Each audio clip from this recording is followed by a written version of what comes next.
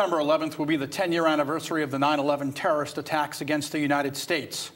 And with the recent killing of Osama bin Laden, the al-Qaeda leader behind those attacks on that awful day, there is renewed optimism. All the victims and their families will never be forgotten.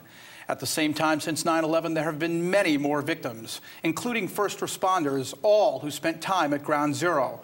On September 12, 2001, my next guest, John Feal, led a team of construction workers amid the massive tons of twisted wreckage at Ground Zero, and 5 days later, he almost paid the ultimate price for trying to save lives.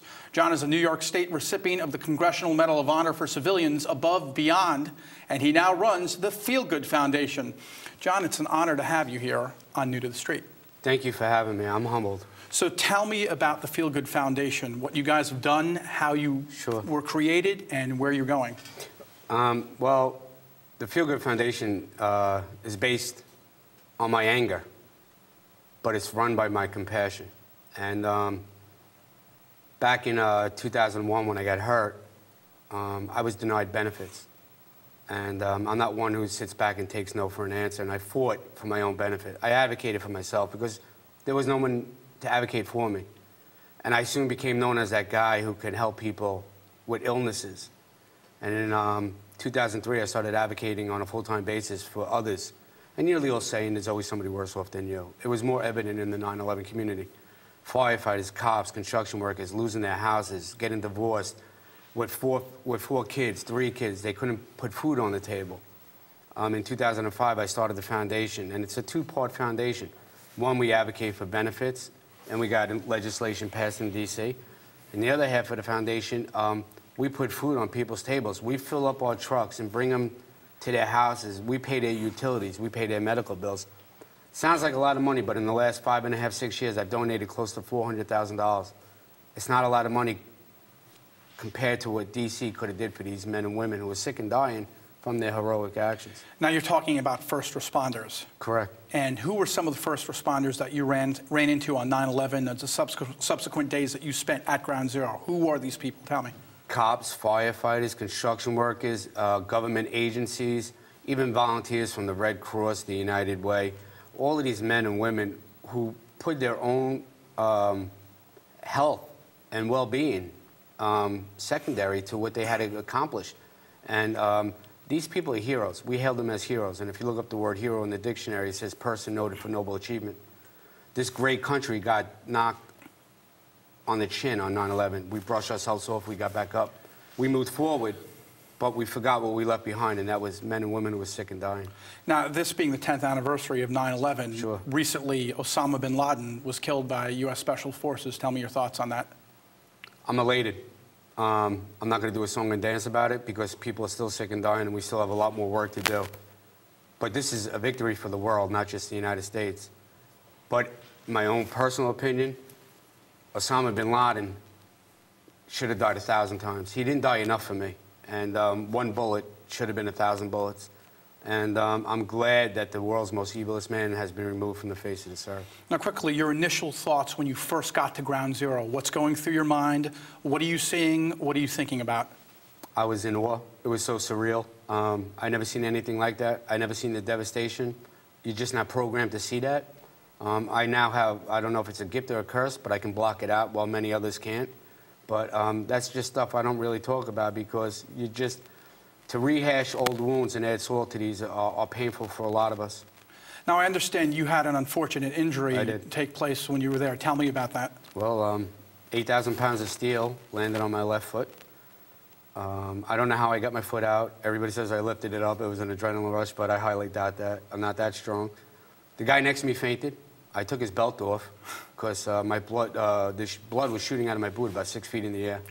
And I put the belt around my calf and made a tourniquet. Fire department was there within 3 minutes. I had a 4-car police escort to Bellevue like I was Elvis. And within 10 days, I got gangrene. And then I had to fight for my life. I became septic with organs shut down, and I almost died. I wound up losing half of my foot after dozens of surgeries. You do have remarkable composure for somebody who's gone through something like that. You know, everybody says that, and everybody asks me, how'd you become an advocate? And I still don't know what an advocate means today.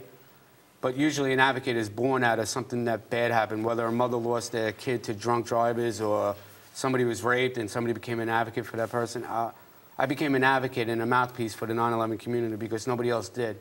And now there are others who work side by side with us. But I'm talking to so many people in the media and so many elected officials.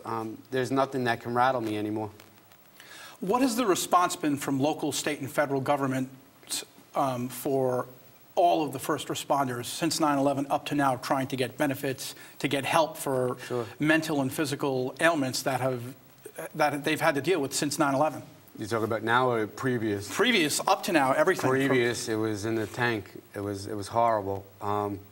You know, every time I went to Washington, D.C. for the bill, which was 91 times, I don't use the word lobby. Lobby is a dirty word. We educated our elected officials, our nation's leaders, on the importance of this bill, the life-saving measure it is. The New York delegation and all the congressmen in New York and the Senate has always been behind us. But it was educating somebody from Wyoming or Minnesota or Texas who didn't know the importance because everybody thought it was a New York issue. But let me explain to you. There's 435 congressional districts in the United States. 431 of them were represented at Ground Zero. There's now 11,000 people outside of the tri-state area that are sick and dying from their heroic actions.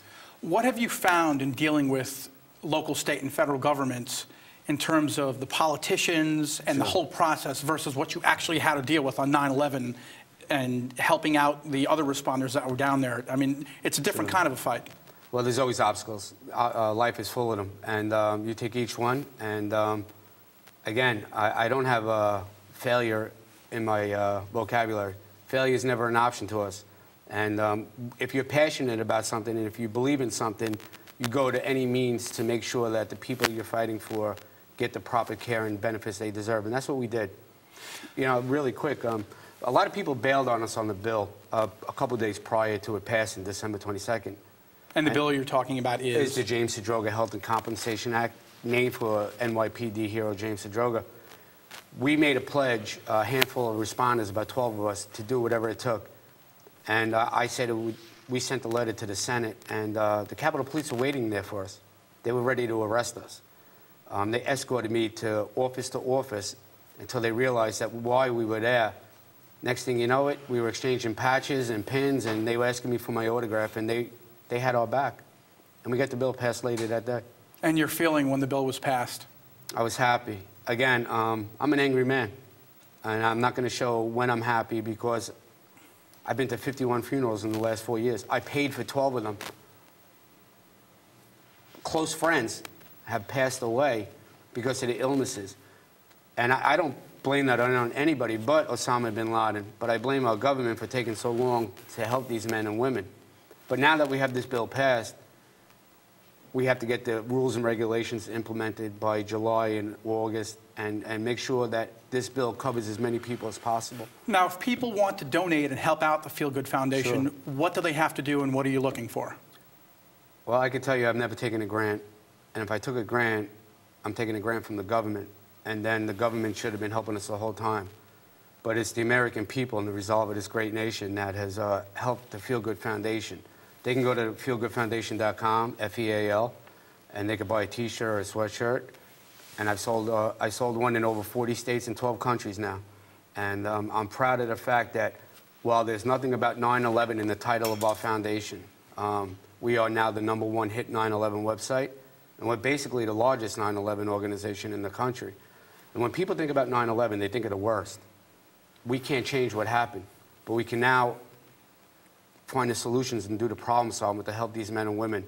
And no pun on me, but it's about feeling good, and that's why I named it the FealGood Foundation. Now, I see you brought some items here. What do we have here? Patches and... These are just bracelets that I don't sell, I give away, okay? And these are patches that I don't sell, I give away.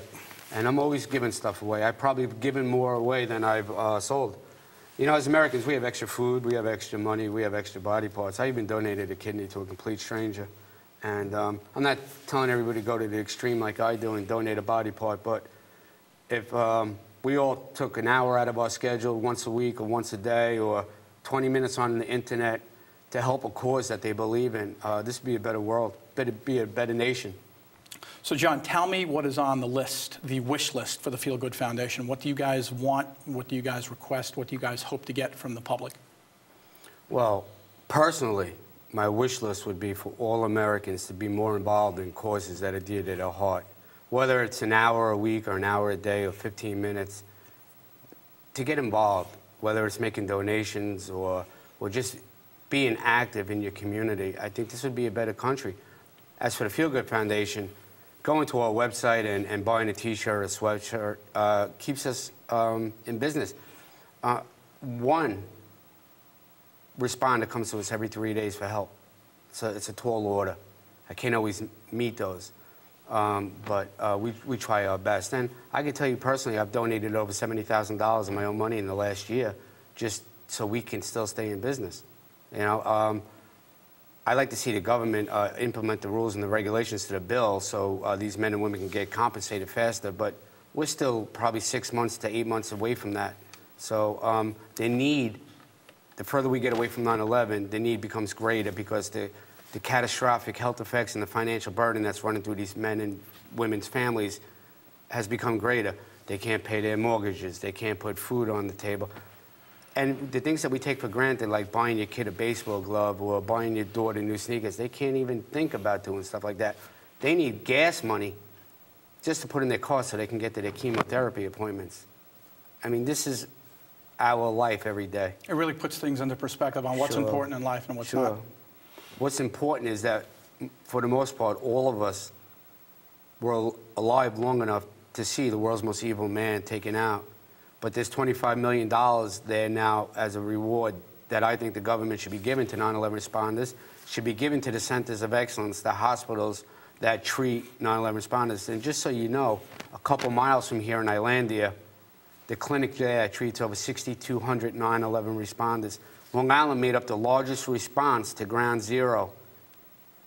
Thousands of men on Long Island and women are sick and dying because of what they did 10 years ago. Well, I think the Feel Good Foundation is tremendous. I think it's unbelievable and so great to what you guys do to help those in need every day. And I wish there was not a Feel Good Foundation. I wish it didn't have to happen. As do I. And the Feel Good Foundation is that little engine that could. And not only did we moved mountains. And if I can move mountains and my board members can move mountains who are all affected by 9/11, anybody can move mountains. It's been an honor for having you here. I appreciate it. I'm new to the street. Thank you, and God bless you all. Thank you very much. If you'd like to learn more, you can visit thefealgoodfoundation.com. We'll be right back.